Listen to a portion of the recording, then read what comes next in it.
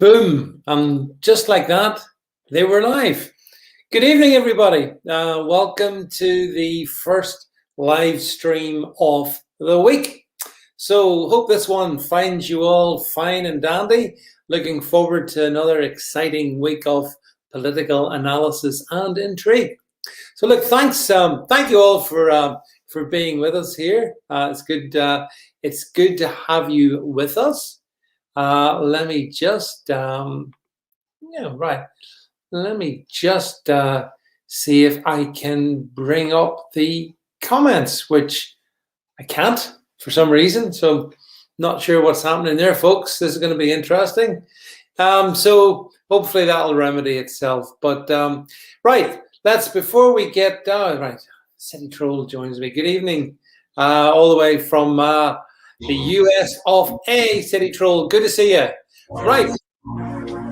Okay, folks, we're having a few technical issues here. So that's not going to stop us. So nothing can stop us, right?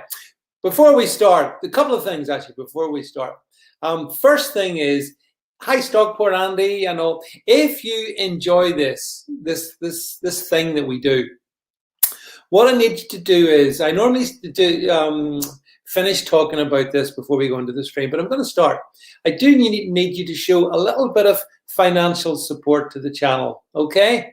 So believe it or not, there is a significant degree of cost behind the method that we use to bring this to air. Hi, Angela, great to see you in the stream.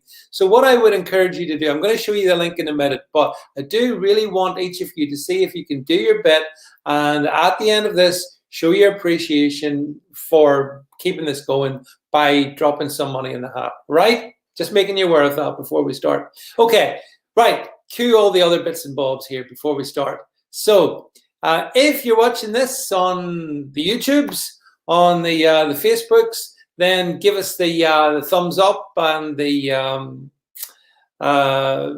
hit the notifications. I'm not sure where this is going tonight. It's can't see the stuff, right? Okay.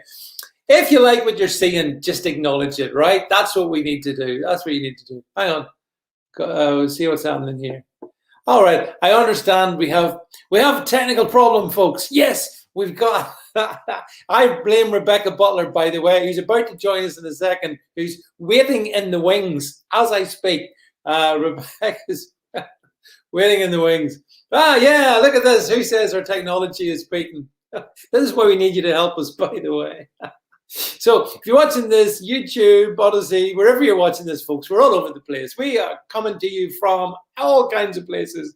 Just make sure that you hit notifications, like, subscribe, do all of that piece, right? All the social media links are down below. That's where you can follow us, because we are live streaming not just to YouTube, but to other platforms like brand YouTube. Big hello to everybody in brand YouTube, by the way. If you like what you're saying, give us a thumbs up. Thumbs up if you like what you are hearing and seeing. That would be good. And then, drum roll, this is what I started to say at the beginning. altnewsmedia.net/donate.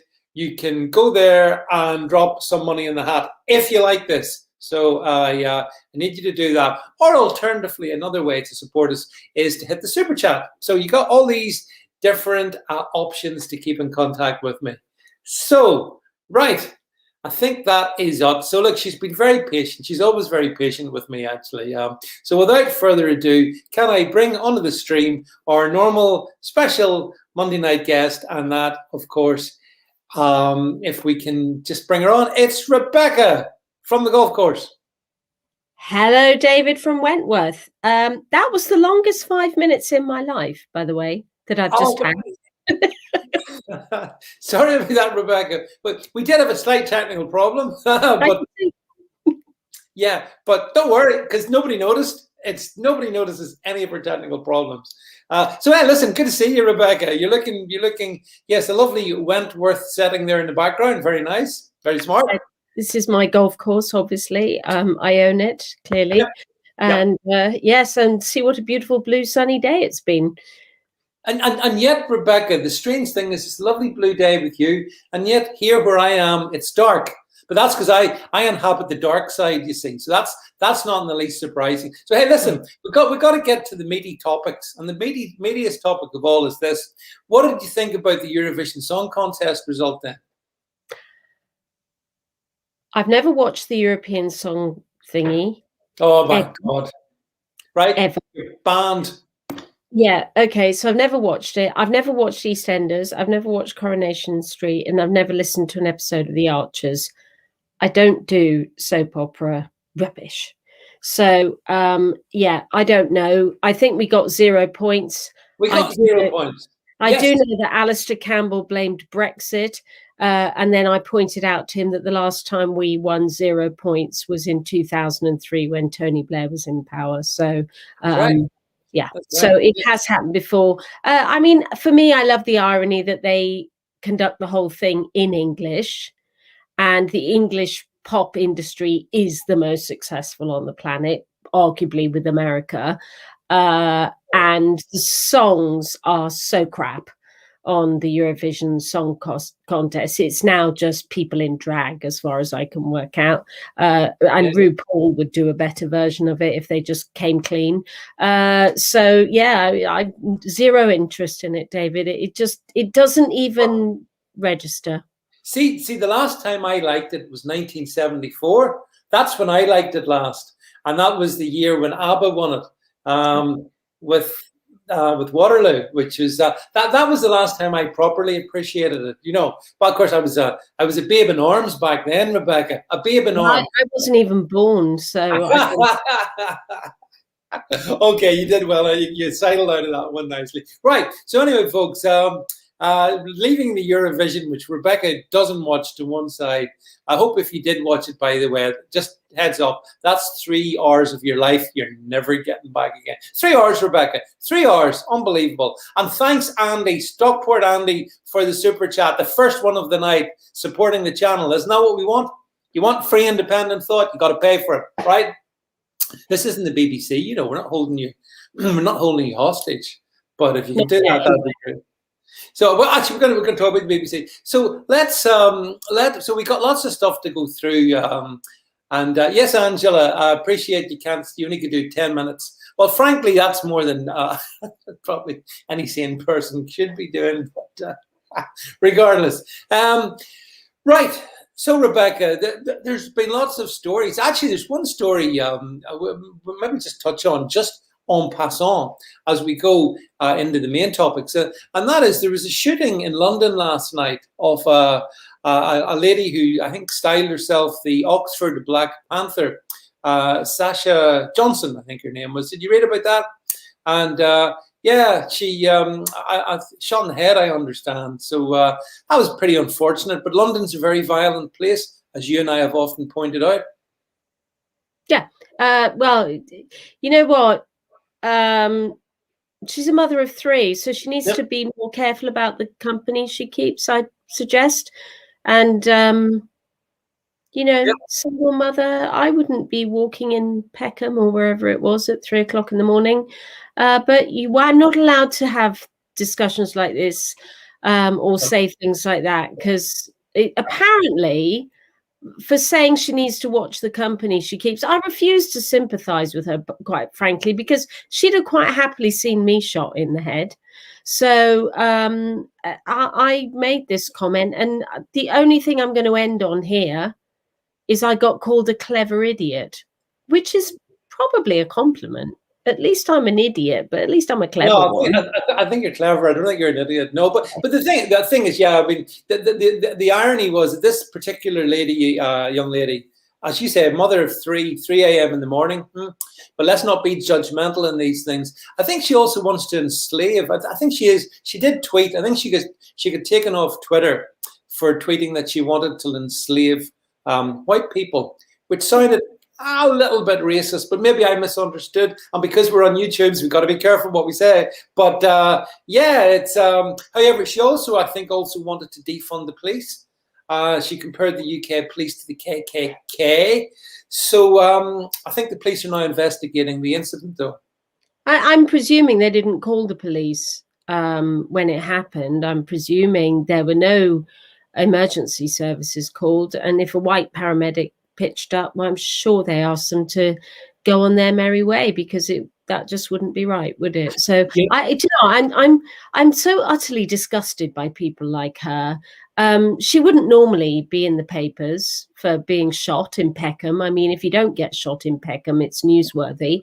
So if you don't get attacked by a knife in London, I don't know what you think you're doing these days. So it's hardly remarkable that black person gets shot, stabbed in London. Thank you, Sadiq Khan. You've turned our capital city into a SH1T hole. Well done, you. Another 4 years. Great. Yeah, absolutely right, Rebecca. Couldn't agree with you more. This is what the people of London, sadly, or at least those who voted, this is what you voted for. You and I have talked about the gangs, the gangs that infest London and certain ethnic areas of London. We've talked about that, but they keep voting for more of it. So what do you got to do? Well, hey, let's move the conversation on. I just wanted to let that one, just get that one in, because there's been some real interesting media coverage of it, let's say. And because we're on certain channels like YouTube, we have to be very careful what we say for some reason about this particular young lady. But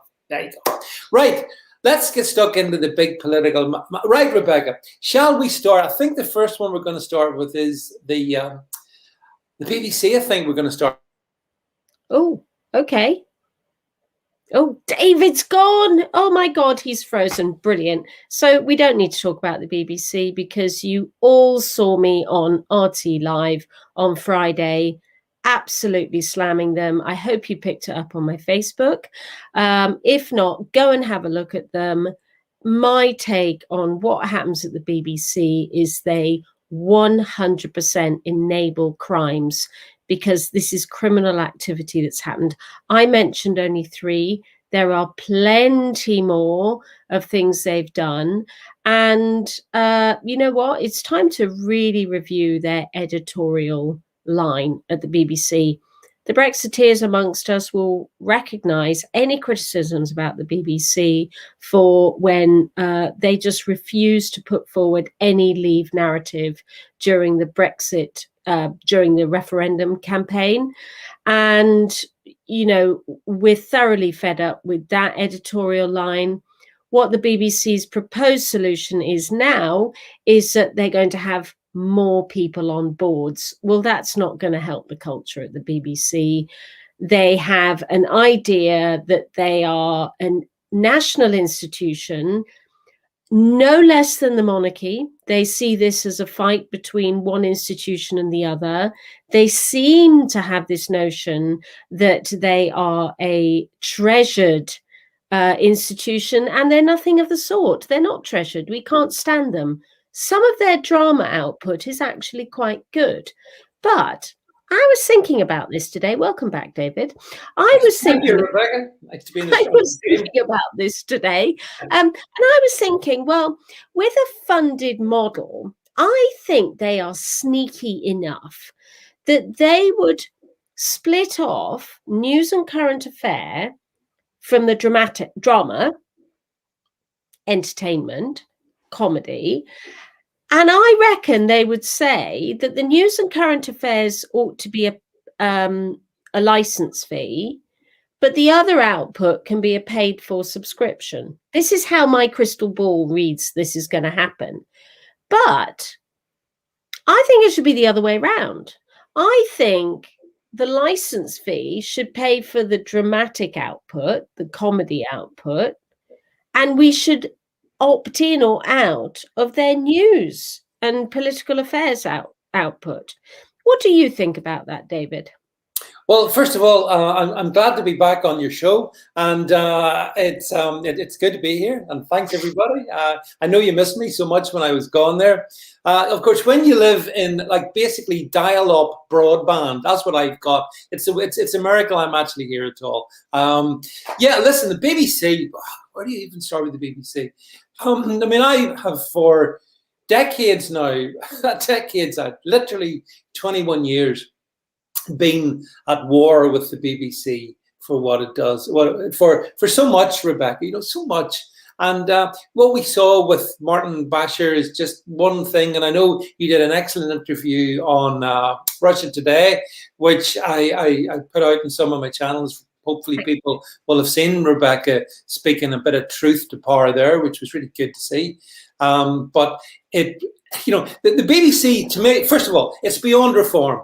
It cannot be reformed. Forget it. If anyone thinks you're going to reform the BBC, you can't. What you have to do with the BBC is very simple. Smash it. Defund it. Let it stand on its own financial feet. I remember telling Nicky Campbell this once upon a time when they used to bring me on back in the day. And I said, Rebecca, well, look, if the BBC is as much loved and a national treasure, blah, blah, blah, blah, people will pay for it. What have you, yes, I know you need 3.8 billion a year to feed yourself. That's what the BBC costs us roughly per annum, 3.8 billion. So you need that. I'm sure people will pay that. But of course, if they don't pay that, tricky times lie ahead. So I reckon the BBC, with Prince William and whatnot getting involved in it, I think it's probably in a more perilous place than it's ever been. But I certainly wouldn't pay for. I would, if I could not. I wouldn't pay for its news output. It's deplorable, and its comedy is an oxymoron. It used to be funny, Rebecca. Not now. Not funny. I've not seen anything funny on it. Have you? No, I mean, the only comment I'd make is I do feel a little bit sorry for Tim Davie because, as I said on the interview, he's actually, he's captaining a sinking ship and he got handed it as it was holed below the waterline anyway. So I do think that if he'd been in the place of Lord Hall 5-10 years ago, we would have been in a different place today. But they just don't get it. They just don't get why they're unpopular, and they're out of touch. They don't understand their core base. They remind me of the Labour Party because they will then, and I'm segueing into the next story, I hope, they have an idea of where they're not in touch with the common people. And then they go, aha, let's chase that bit of the audience. And they got it totally wrong. They're just floundering.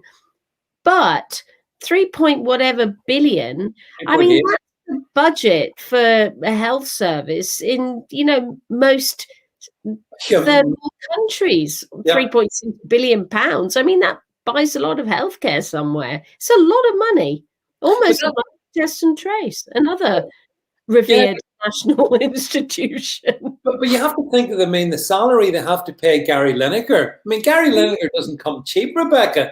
I mean, Gary Lineker, okay, admittedly, he costs the BBC less than it costs me to have you on this stream. But I mean, because you're extraordinarily expensive fees. But obviously, I'm at Wentworth. I've got fees to pay. Yeah, but I mean, so I mean, they've been funding these bloated salaries of these egomaniacs, and I do remember a time when the BBC was a more trustworthy organisation, but that's so long ago now. Really, I mean, I can remember people like Robin Day presenting Question Time way back and being a really firm, neutral chairman, and you didn't know which way he stood on the issues. You can't say that now. I mean, you can't say that about much of what the BBC puts out. It's so woke. It's so anti-British. They couldn't understand, Rebecca, why people like you and me, and I'm sure lots on the stream, we wanted to leave the European. They couldn't understand that. They put it down to our stupidity, low IQ, perhaps, lack of education in some part. They just, as you say, they're out of touch. But how does an organisation that big get, or maybe that's why it is, how do they get so out of touch that they can't resonate with 52% of the very people that they broadcast to? There's a great book called Too Big to Fail, which was all about the banks. After the 2008 financial crash. And I think Too Big to Fail is the way the BBC looks on itself. And while you were off air just a minute ago, I was making the point that the BBC actually was, the morning after last week when the report was published, they were saying, this is one great British institution pitted against another, meaning the BBC against the royal family. They have a completely they misunderstand their position. They are not a revered national institution. As I said, they have got about as much appeal as a viper and as much in the public hearts as the Test and Trace national institution. They are not a national treasure, but they think they are. And they are paid as though they are. We are hemorrhaging money in salaries at the BBC. So, the execs swanning round in first class tickets and Bentleys and, chauffeur driven cars and everything, all on taxpayer expenses. And by the same token, people complain when an MP gets paid 72 grand a year. Yeah. And the Prime Minister gets 150. I mean, he's on half of the salary of people who are interviewing him. Do you realize that Laura Kuenssberg earns double what the Prime Minister does? Yeah. Well, what does she do? She fannies around on Twitter annoying people all day, whereas he actually does have a job. Oh yeah, absolutely. Yeah, the salaries they pay would not be fundable were it not for the fact that they have the license tax, and it's the license tax that I want to see. Basically, that needs to be removed. The relationship needs to be changed. And like for example, I see somebody mentioned it here, Rebecca. I believe GB News. That's the Andrew Neil fronted channel. It's very close to launch. I think it's due in the next, month or two or whatever. So won't it be interesting to see how that performs versus the BBC for politics and news and stuff like that? Yeah, but the thing is, actually GB News is a symptom of the failure, because I don't want a right-wing news outlet. I just want to know what the news is. I want to know what the facts are. I'm not even remotely interested in opinion when I turn on the news. I turn on the news for news. What has happened today? I don't want spin. If I want spin, I go to Channel 4 and listen to their drivel. But from the BBC, I just want facts. I want international news as well. I want input from BBC World Service onto the BBC News. I don't want parochial Laura Kuenssberg, spewing bile about the Prime Minister. Not interested. We're not interested in your view on wallpaper. Really, stop spinning everything. Give us facts. I think the only thing in the world worse than the BBC is American TV, because Alana Mercer, who will be with me on Wednesday night here at 8 o'clock, tune into WhatsApp. We were talking about last week, Rebecca, some story about whatever, I can't remember what it was, but the point about it was she said the only reason she knew about the story was because the BBC World Service or whatever, broadcasting over there, had covered the story. And the US media had completely ignored it. They weren't interested in it at all. So she actually was, curiously enough, praising BBC World News, the international part of the BBC. So I thought it was interesting because I think we and I have touched on that in the past. There's a bit of a difference, isn't there, between their international output and what we get here in the UK?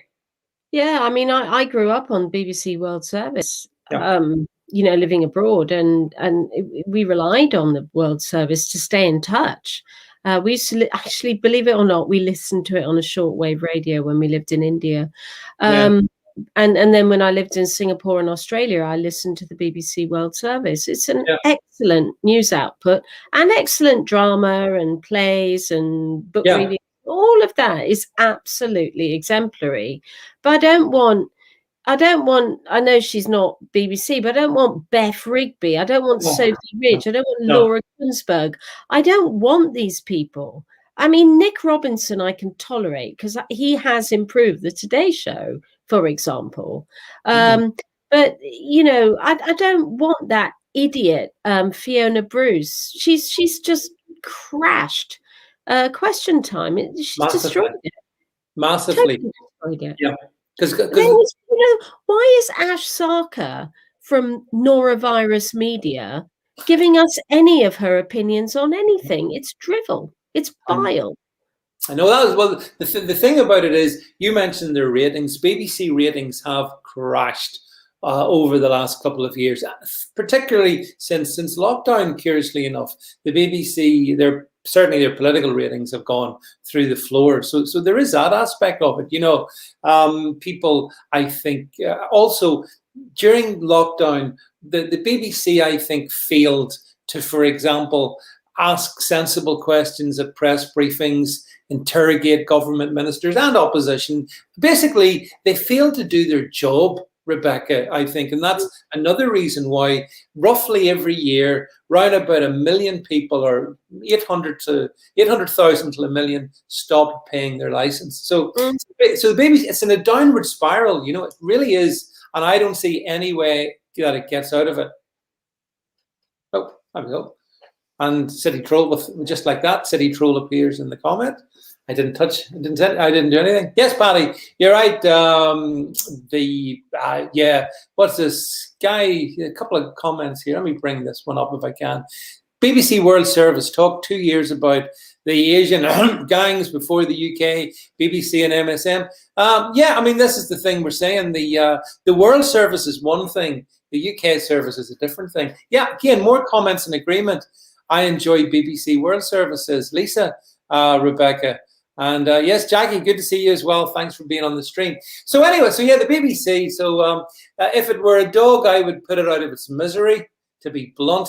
But I think it'll continue to linger, unfortunately, and in the process not fulfill anything of much value. You mentioned earlier, Rebecca, about 10 minutes ago earlier, you did a lovely segue. I hadn't forgotten it, by the way, because you did point out that, hey, the BBC, it's out of touch with its audience, undoubtedly. So just like the Labour Party is out of touch with its audience. There you go, Rebecca. That's the intro. See, folks, the way we do this, it's seamless. It's absolutely seamless the way Rebecca and I do this. So, Rebecca, that brings us to the story of the by-election that was caused. I think we got the link to it here. We can bring it up in Batley and. Batley and Splend. Yeah. The bit that amused me was, by the way, to contest it according to the Labour Party. This is the by-election rules. You got to be a member of have a member of the Labour Party for 12 months. Yeah. Forget that. Hey, they've got their candidate, haven't they, Rebecca? Tell us more. Yeah. So this is the candidate with no name, because this is the candidate who, from now on, is going to be known as Jo Cox's sister. Yeah. And if she gets elected, her name will be Jo Cox's sister MP. So she's Jo Cox's sister, and I'm going to refer to her as Jo Cox's sister. And that will be the murdered Jo Cox's sister. Yeah. And that will be the tragically murdered Jo Cox's sister. Yeah. And that will be the family that jumped on the gravy train of the murdered Jo Cox Foundation. But the murdered Jo Cox's sister has been a member of the Labour Party for 2.5 weeks. Yeah. And she's, just for people who want to know how highly skilled our MPs are and how relevant their training is, she has got a qualification as a PE teacher, and she's a wellness coach, and she tries to get positive energy out of wellness coaching. So she's clearly an intellect. Yeah. She's clearly bright, and she did a PGCE, so she's a trained teacher, but has never worked as a teacher. So sorry about this, but I have to say, those that can do, those that can't teach, and those that can't teach PE. I'm really sorry for saying that. And she can't even teach PE, but she's a wellness coach. So that is just what the people at Batley and Spen need in their murdered Jo Cox's sister MP. So this is about being relevant. Okay. So one of the SPADs wannabes in Labour has said, now look, guys, the problem with us is we're not relevant anymore. And so because we're not relevant, that really means that we're not really in touch. And because we're not in touch, that means we're not emoting enough. We're not in touch with common people. So in order to be in touch with common people, what we need to do is we need to cry on television, and we need to show that our leader has feelings. And then when we choose somebody for a by-election, what we need to do is do something a little bit more in touch. What we mustn't do, of course, because that would be cynical and wrong, would be to capitalize out of somebody's death, because clearly that wouldn't be very nice. So who shall we have? Let's choose the best qualified person to stand in a murdered MP's constituency. That's what they've done. And so some idiot who advises them has said this is the best thing to do. So it just shows how moronic politicians are. And having very recently brushed cheeks with politicians at the election, we kind of deserve the politicians we get. They're mostly quite stupid. And if they think that being in touch, or the reason they're losing is because they're out of touch, if they haven't linked that to their approach to Brexit, their approach to Brexit voters, their approach to the filthy working class gammons who used to vote for them, they're just disgusting. Emily Thornberry, White Van Man, St George's flag, and their ridiculous woke politics. If they don't see that that is why they're unelectable, I am pleased to announce that the Labour Party will die sooner than the BBC. And that is tonight's prediction for you, David. Well, Rebecca, I think as predictions go, it's probably one that I would more or less go along with, because the death spiral of the Labour Party is almost unbelievable to see. And I know we touched on it earlier on, we sort of messaged each other about, well, we needed to deconstruct this one. So everything you said, I 100% agree with. But it's the cynicism as well of choosing the sister of the murdered Labour MP for that constituency to call. The sheer cynicism. They threw their windows out, their rules out the window, which I believe has caused lots of annoyance, understandably, to the local Labour Party constituency, who have just been obviously overruled by Sir Keir Starmer. But then Sir Keir... Again, because that happened in Hartlepool, and that didn't end well, did it? No, it didn't. No, and but then Sir Keir was too busy. He was crying on what's his name? Yeah, Piers Moore. He was crying about what was making him cry, by the way. Oh, he was emoting about. He was doing a Prince Harry. He was doing a "This Was My Life" story, and choking.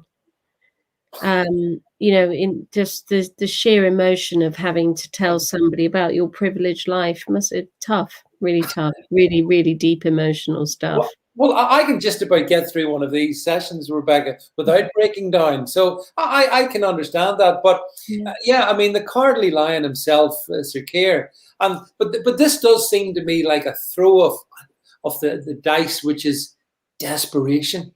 I mean, they obviously don't think they can stop the Conservatives with anybody else they've got in that area, apart from playing this card, which I don't think's gone down that well at all. So, well, what's your forecast? Do you think she will win? Well, to be honest, I mean, I don't know. My only question really these days, in any politics, any election, which is a former red wall seat, because it's not a red wall anymore, is it? It's not even a red stool. There's just nothing left that's red up there. But I always ask myself, so who voted what in the referendum? And if it's a Brexit, maybe someone will Google it for us for the stream. If it's a Leave constituency, bearing in mind that Joe Cox was a Remainer,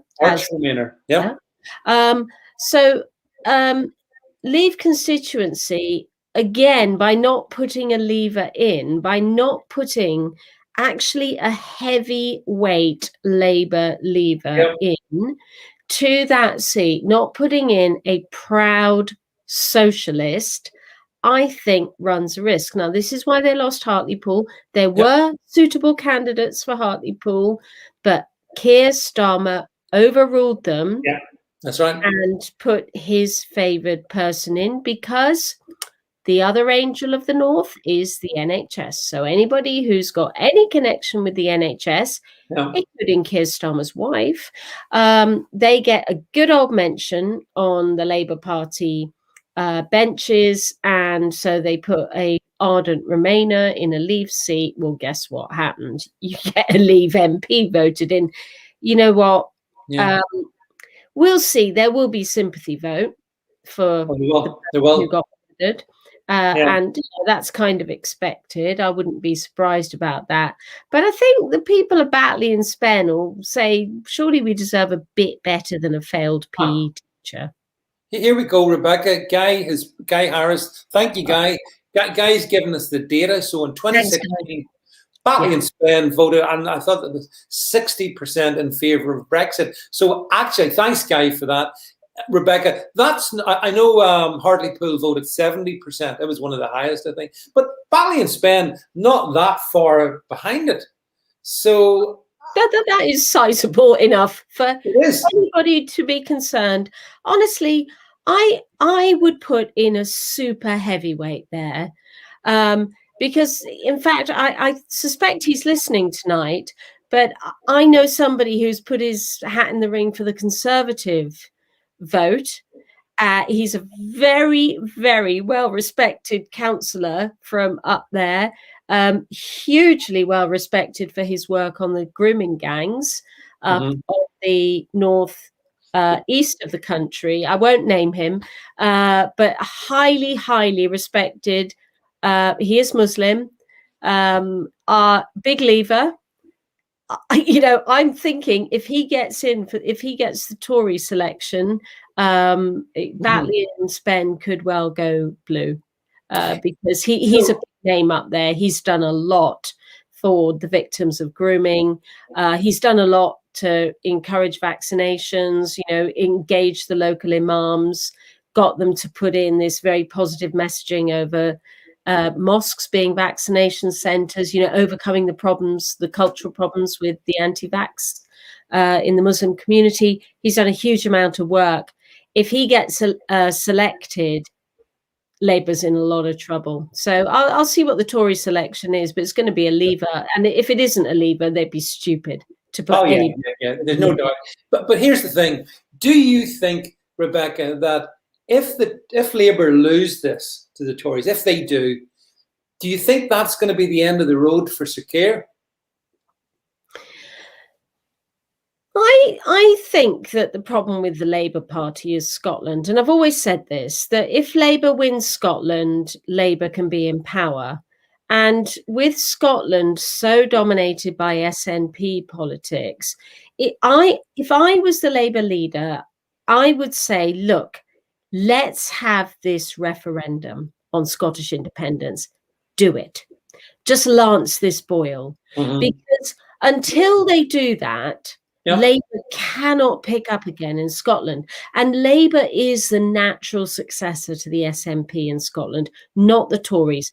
Tories will get some seats there in the more affluent areas, but basically Labour needs Scotland. Labour's got Wales, but Labour needs Scotland. So Batley and Spen is an irrelevance.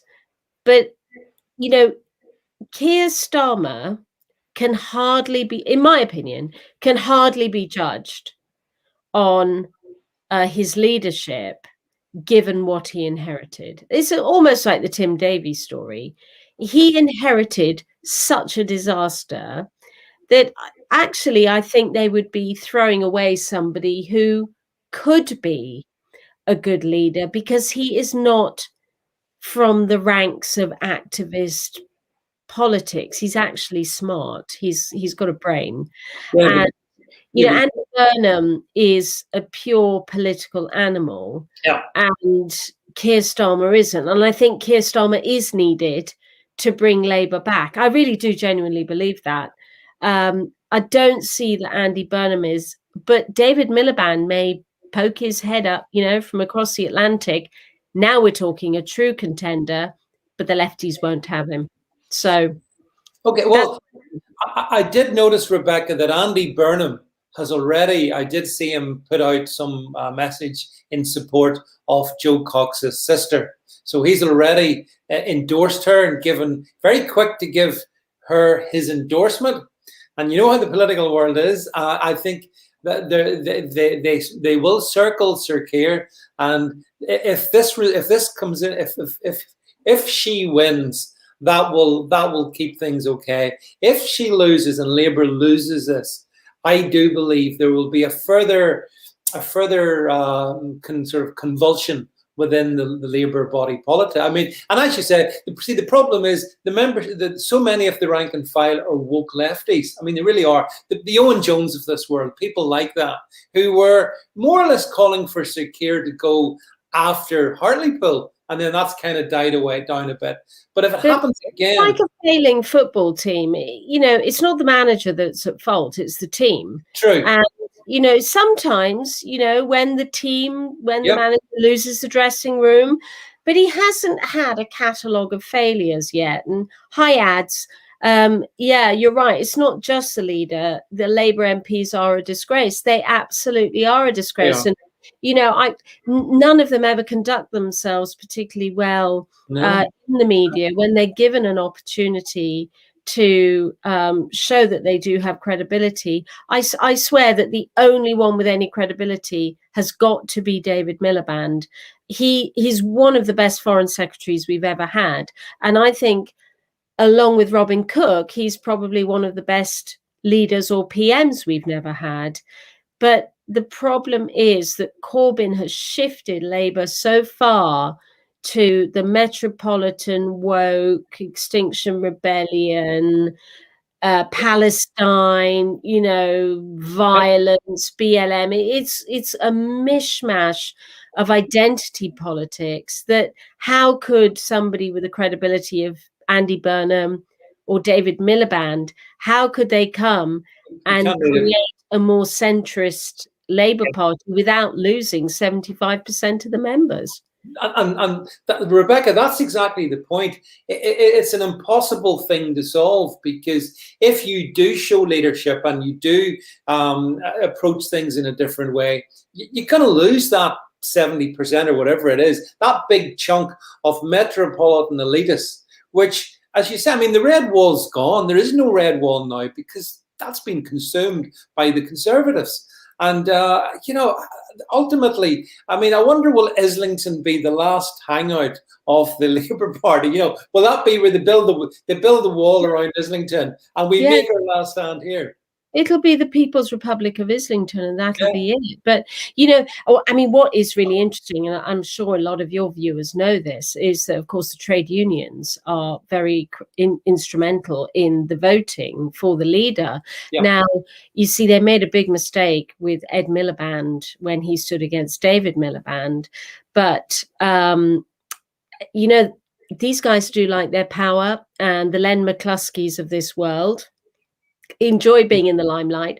And if they took a view that they're more opportunistic about their own careers than the beliefs of the wokies, who aren't members of their unions, because the wokies don't actually have jobs, or they're at university, and they're middle class whiteys. They're not actually trade union members. So if there even are trade unions, now that the Red Wall has collapsed, you have to ask how relevant trade unions are on their £300,000 a year salaries. Who are they going to put in? And it could well be for their own survival. They need to put in a leader like David Miliband, because their biggest mistake was Ed Miliband. And Ed Miliband is what led to Corbynism. So, was Tony Blair an aberration with his 3 general election wins? Is it ever going to get to that again? I don't know. If I was the leader of the Labour Party, and I think I would make a very good leader of the Labour Party because I'm a leaver, and I would say, sod off all you wokies, you're not welcome in this party anymore. We are for working class people. And we stand up for working class rights, and we stand up for national institutions. And, we think that wealthy people should bear the burden of, caring for those less advantaged in our society.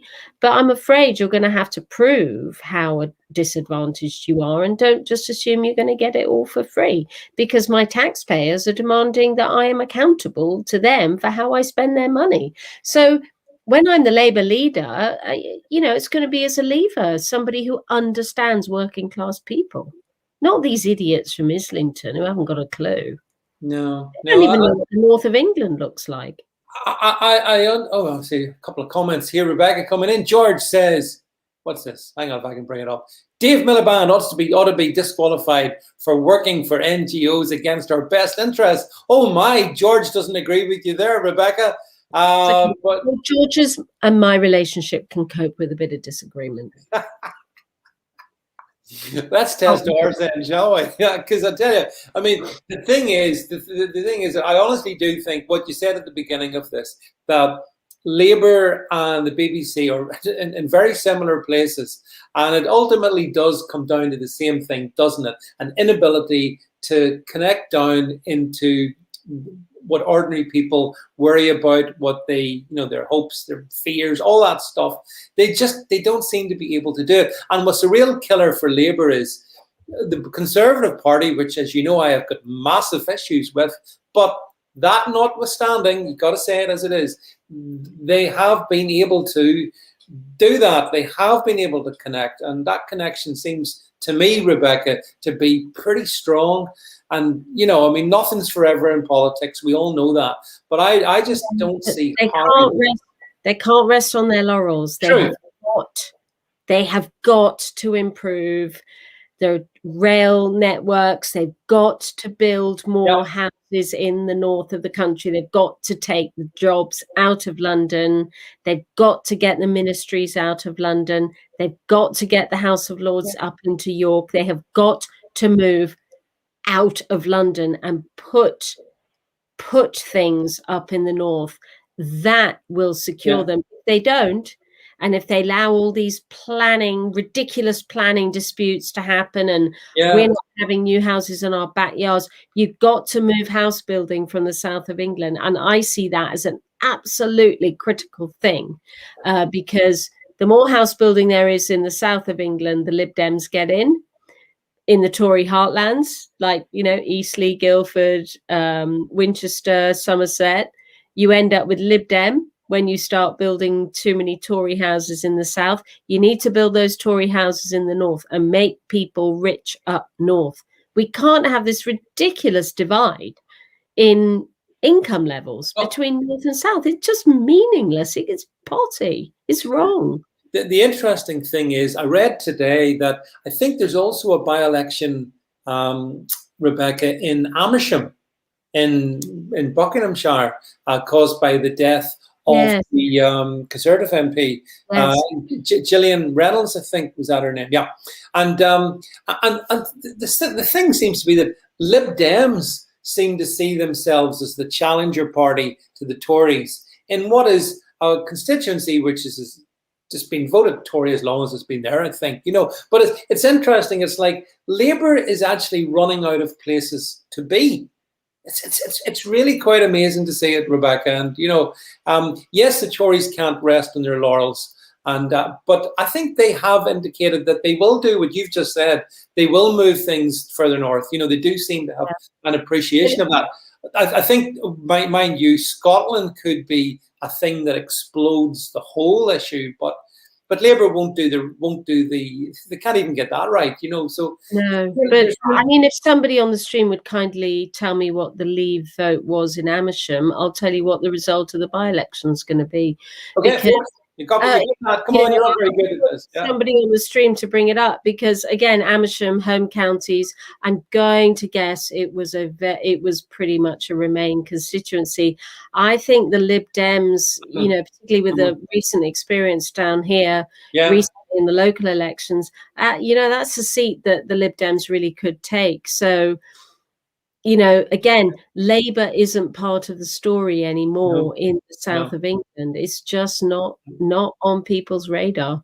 Totally agree, Rebecca. Yeah, it is remarkable to see it. And the Lib Dems, I think they're trying to triangulate themselves in an interesting space, actually, because whilst I have many issues with the Lib Dems as well, I think they're trying to present themselves in Amersham anyway as being more free.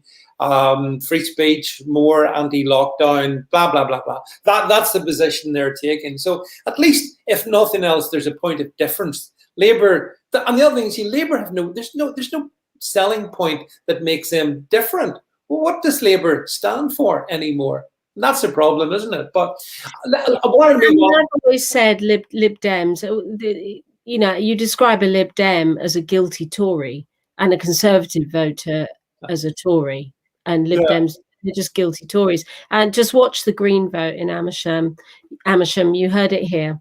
So there will be a Green vote. It doesn't necessarily split the left-wing vote either, Green, as we now know, following these local elections. It's a protest vote. So you'd be wise to stand as a Green candidate in Amersham. It'd be interesting to see. By the way, Rebecca did throw out the challenge to you, by the way, regarding Amersham. What was the percentage split? So if anyone is out there, Google is at hand, you're able to do that. Bring us that information as we effortlessly move into the last 10 minutes or so of the stream. So Rebecca, I wanted to talk to you about, I guess, what I call the second Cummings. The second Cummings of Dominic Cummings. Now, the thing is, you're a big fan of Dominic Cummings. You were a big fan of Dominic Cummings. Yes, you were. I've got you on record. And Dominic Cummings, in fact, was much beloved by the media, maybe not the BBC, but the Daily Mail, Daily Telegraph, all that. They were big fans of him as this Svengali who helped Boris get into number 10. And then there was the inevitable sort of ructions following the lockdown and all of that, and we then had the Castle Bernard incident, blah blah blah blah, and then I think what do you call it? Princess Nutnuts saw to the end of Dominic Cummings, and as all political dramas do, Rebecca, it always ends in tears and vitriol and hurt feelings and people wanting revenge. But Dominic, we've got the figures. The figures have come up. Jed has done the job here. Amersham, 44% leave. There's your result then. It's going to the Lib Dems. So there you go. We will review this one. I think it's I'm not sure, in July, I think it is, Rebecca, that by-election. So it'd be interesting to see that one. But yeah, Dominic. So Dominic's turned on his master, hasn't he? And he's saying some very spicy things in the press about incompetent leadership. What's your thoughts on that, Rebecca Butler? Well, I think Dominic Cummings deserves a gold medal for the longest Twitter thread in living memory. I think it went to 48 paragraphs. Yeah. And he's clearly annoyed at being smeared. Now, I can understand that. I can understand not having the ability, other than Twitter, to put your own side forward. And this is a thing about the spads that run Downing Street. They're children. So they engage in these personal wars between them. You don't take Dominic Cummings on and come off lightly. I'm sorry. He has got the strong arm, not only of Michael Gove, but Michael Gove's wife, Sarah Vine. He's got them behind him. They are extremely powerful people. Love them or hate them, by the way. They're powerful. And as I always said through this, David, and I know this is a point of disagreement between us, I always said that Boris was a bit libertarian when it came to lockdown, and I struggled to understand how Boris got strong-armed into it. But I was saying at the time, Cummings and Gove are the big pro-lockdown people. And it was them driving the agenda. It wasn't even Sage driving it, by the way, because I looked at those Sage minutes. Sage did not mention lockdowns between the 11th and the 18th of March. Now, we went into lockdown on the 23rd. So they met on the 11th, they met on the 18th, and then on the Sunday, on the Tuesday, actually, we went down into lockdown. So Sage wasn't even pushing it at that stage. So, you know, this is all about cushioning what's going to happen in the inevitable inquiry over this pandemic. And, you know, Cummings is showing now that he's a Neil Ferguson advocate, and Neil Ferguson and others at London School of Hygiene and Tropical Medicine, University of Warwick, Johns Hopkins, Smithsonian, Koch, all of them are saying now lockdowns work better if you do it early and sharp, make it a really big lockdown, and then the tail off is less gradual. So it's a steep up, steep down. And that is what Dominic Cummings, now it's apparent, is what he was saying. So he, I think, was a believer in Neil Ferguson. That's where I think it. And all the modelling, of course, I know it's easy to demonise Neil Ferguson, but let's not forget that Neil Ferguson's models have all been replicated, and people like the London School of Hygiene and Tropical Medicine, actually their worst case scenario was worse than Neil Ferguson's. So he was the chief bogeyman, and it was a little bit unjustified at the time. I know he's got a backstory, but, you know, Neil Ferguson, I think, will be shown to have been pretty accurate on his modelling, given it would be a first replicated. Well, let's just be honest about that. It would be the first time he would be accurate in any of his modelling going back to 2000, if I recall the stats correctly. But back to Cummings. So Cummings, as you say, Rebecca, I mean, Cummings is a super smart guy. But what I liked about Cummings was he wasn't the typical type of advisor person. He was a guy with massive intelligence. Maybe, I'm not sure how well he communicated, but he was a guy I liked. I really liked him. And so it's really strange to see that him and Boris were so close, or at least you thought that. And now, as you said, the longest ever Twitter thing he put out the other day on this whole issue. And so the emotions seem very, very raw between them. Is that how you read it? Do you think? Is it? David, there are 3 of them in that marriage. Yeah, there is. Yeah. That's the problem. That was really the problem. You know, I cast my eyes down, and there are 3 of us in that marriage. You know, Boris, Carrie, and Dom Cummings. Dom Cummings is by far the smartest individual to have ever walked through the door at Downing Street. I'd agree with you. Yep. He's an exceptionally bright guy, and being dysfunctional, I don't think is an issue. I know he's got a personality disorder. He's so what? He's really bright.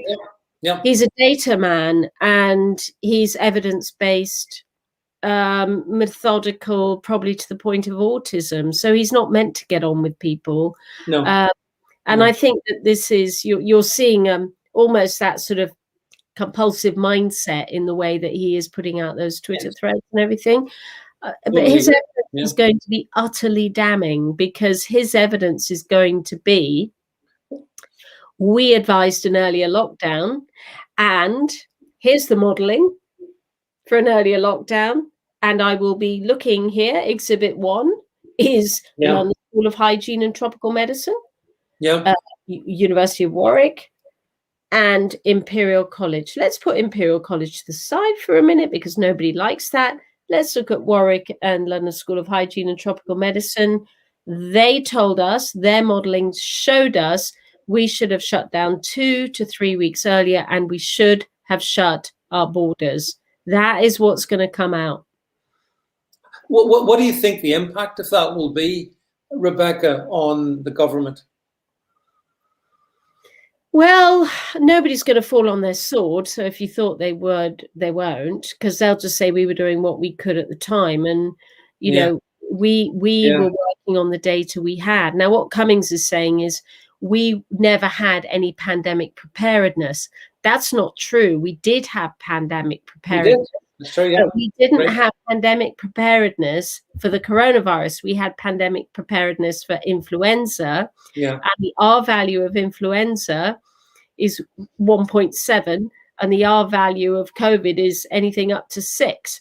So, we had modeling that knew how to cope with something that was a third as transmissible between humans. So, the whole shutting down the health service and things, that would have happened in exactly the same way. But I think it's the speed and agility. And I think SAGE will have to come under criticism, actually, because they didn't talk about lockdown either. So the fact that Boris delayed it and Sage hadn't mentioned it, it had been referred to the week earlier on the 5th or 6th, but nobody was really talking about it because, Hands, Face and Space was actually working at that stage. There was working from home. There was, please don't socialize, don't go to restaurants, don't go to theaters, don't go indoors, wash your hands, keep your distance. We were all doing that for 3 weeks, 4 weeks. But Yeah. they'll come out and say, March was a wasted month. France went down on the 17th of March, and Italy went down on, I think, the beginning of March or even mid-February. We didn't have the cases in the country at the time, but then when we did, and we could see them escalating, and we knew the R value at that stage, I think there will be a reckoning. But to me, the biggest death was attributable to Sir Simon Stevens when he emptied the hospitals of coronavirus positive people and put them into care homes. That was a really big mistake. Yeah, well, I'd certainly like to see it welcome an inquiry into the NHS. And I think I saw a statistic earlier today, Rebecca, somewhere that said around about 12,000 people, roughly 12,000 people had died of COVID caught in hospitals, which is 3 times 9/11, if you want to look upon it in that way. Maybe we need to have an inquiry into that as well. But whichever which way we do it, I agree with you. I don't think anyone's going to fall on their sword. And politically, 25,000 people were discharged leading up to the weekend of the 30th of March, because they received a letter, and I've seen the letter. It was actually received because I've been shown it. 23rd of March, empty all of the long stay patients out to make room for the same age group who then suddenly needed the hospital beds again. So they discharged them back to their care homes where they infect everybody. Yeah. And then they want to come back into hospital because they're now dying because I haven't got the oxygen. Yeah. And sorry, you can't come here because you're too old. So they all died in the care homes. So you see, so I'd like to see, therefore, the inquiry. I'm not even that bothered about the government. It's the NHS I'd like to have an inquiry on. So you mentioned Sir Simon and others as well, because it's not one person, obviously. But PHG has got a lot to answer for as well, for absolute zero preparedness on PPE. Yeah. Oh, to me, Rebecca, those would be really good questions to ask and to interrogate, because I think that would maybe provide a useful function. But at this point, with Dominic and Boris, it's kind of theatre, it's political theatre. I see the Sun and the whatnot, the People's newspaper has Dominic as some kind of ghoul who's come back from the political grave to attack his former master and all of this. But he is the Prince Charles in this story, right? Yeah. Boris is Diana, and Carrie is Camilla Parker Bowles. Yeah, well, you're right. There most definitely were the three of them in that relationship. That's the dysfunctional dynamic. I know it doesn't fit properly, but that they are going to demonize Cummings. They're going to make him out to be a horrible person. Yeah, and they're going to spin against him. And old Queen of Hearts is going to be Boris. Woe is me! You can't do this to me, Brutus. Stabbing me in the back, Do you remember the press conference that Cummings gave in the I think it was in the garden, the Downing Street Rose Garden or whatever it was? I felt so sorry for him on that day. I remember watching that, completely sympathetic in the way in which the British media, the Beth Rigbys, all these people, Queensberg and so on and so forth, they were appalling, noxious creatures. And I thought he actually spoke. I think he spoke really honestly. But sometimes honesty doesn't get you up where you want to be, you know. I thought he was very credible. Yeah.